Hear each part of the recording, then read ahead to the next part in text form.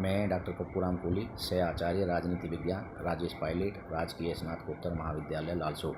प्रिय विद्यार्थियों, आज हम लोग ब्रिटिश संविधान के स्रोतों के बारे में चर्चा करेंगे। ब्रिटिश संविधान के निम्नलिखित स्रोत हैं। नंबर 1, महान अधिकार पत्र या ऐतिहासिक प्रलेख। ब्रिटिश संविधान एक लंबे समय के ऐतिहासिक विकास का परिणाम है और संवैधानिक विकास के इस लंबे इतिहास में कुछ युग प्रवर्तक घटनाएं हुई हैं जिन्होंने महान अधिकार पत्र या ऐतिहासिक प्रलेखों को जन्म दिया। इस प्रकार के ऐतिहासिक प्रलेखों में 1215 का मैग्ना कार्टा, 1628 का अधिकार याचिका पत्र और 1689 का अधिकार पत्र प्रमुख है। नंबर 2, संसदीय अधिनियम। ब्रिटिश संविधान यद्यपि एक अलिखित संविधान है, लेकिन अलिखित संविधानों में भी कानूनों का अंश होता है और संसदीय अधिनियम ब्रिटिश संविधान का एक महत्वपूर्ण स्रोत है।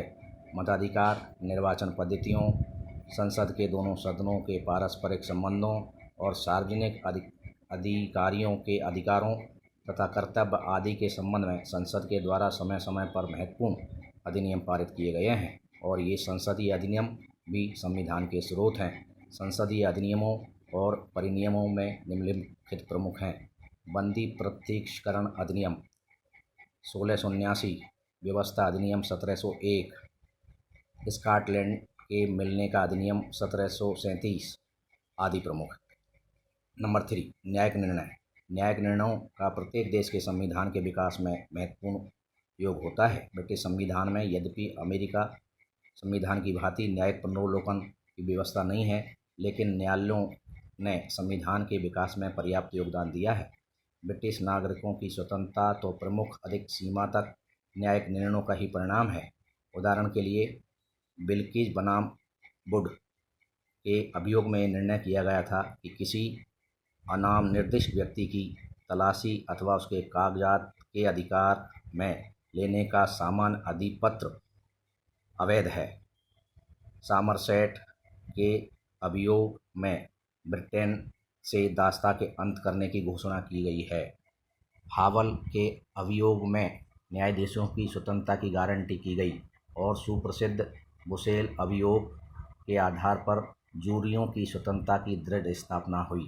नंबर 4, सामान्य विधि। सामान्य विधि से तात्पर्य उन वैधानिक नियमों से है जिनका निर्माण संसद अथवा सम्राट द्वारा नहीं हुआ, वरन जो रीति रिवाज और परंपराओं पर आधारित है और जिन्हें न्यायालय द्वारा स्वीकार कर लिया गया है। एक व्यक्ति में न्यायालय द्वारा स्वीकृत रीति रिवाज परंपरा ही सामान्य विधि हैं। ब्रिटिश नागरिकों के मूल अधिकार व स्वतंत्रताएं सामान्य विधि पर आधारित हैं। मुनरो के शब्दों में, सामान्य कानून संसदीय अधिनियमों की भांति न्यायिक निर्णयों के साथ साथ निरंतर प्रगति करता रहता है।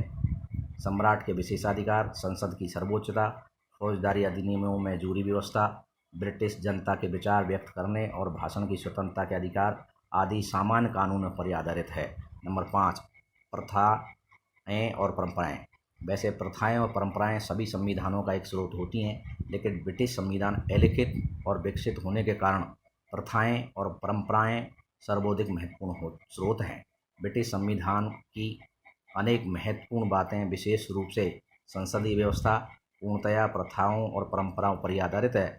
उदाहरण के लिए सम्राट जॉर्ज प्रथम अंग्रेजी भाषा से परिचित न होने के कारण उनके द्वारा मंत्रिमंडल की बैठकों की अध्यक्षता करना बंद कर दिया गया और तभी से परंपरा स्थापित हो गई कि सम्राट मंत्रिमंडलों की बैठकों की अध्यक्षता नहीं करेगा। इसी प्रकार प्रथम प्रधानमंत्री सर रॉबर्ट वालपोल के समय से यह परंपरा स्थापित हुई है कि लोक सदन में बहुमत दल का नेता ही प्रधानमंत्री बनेगा और लोक सदन में बहुमत का विश्वास खो देने पर वह अपना त्यागपत्र दे देगा। इसी प्रकार की अनेक परंपराएं हैं जिन पर ब्रिटिश संविधान आधारित है। नंबर 6, ब्रिटिश संविधान पर टीकाएं। संविधान पर लिखी गई टीकाओं को भी संविधान का एक स्रोत समझा जाता है, क्योंकि कोई महत्वपूर्ण संवैधानिक समस्या उपस्थित होने पर संसद, न्यायालय और सभी संबद्ध पक्ष इन टीकाओं का आश्रय लेते हैं। ब्रिटिश संविधान और शासन व्यवस्था पर लिखे गए कुछ अधिक प्रमुख ग्रंथ जिनसे संविधान और शासन व्यवस्था को समझने में सहायता मिलती है इस प्रकार है। डाइसी का ग्रंथ लॉ ऑफ द कॉन्स्टिट्यूशन, बेजहार्ट का इंग्लिश संविधान, सर अर्कीम में की पुस्तक संसदीय कार्य पद्धति और चलन, एनसन का law and custom of the constitution आदि।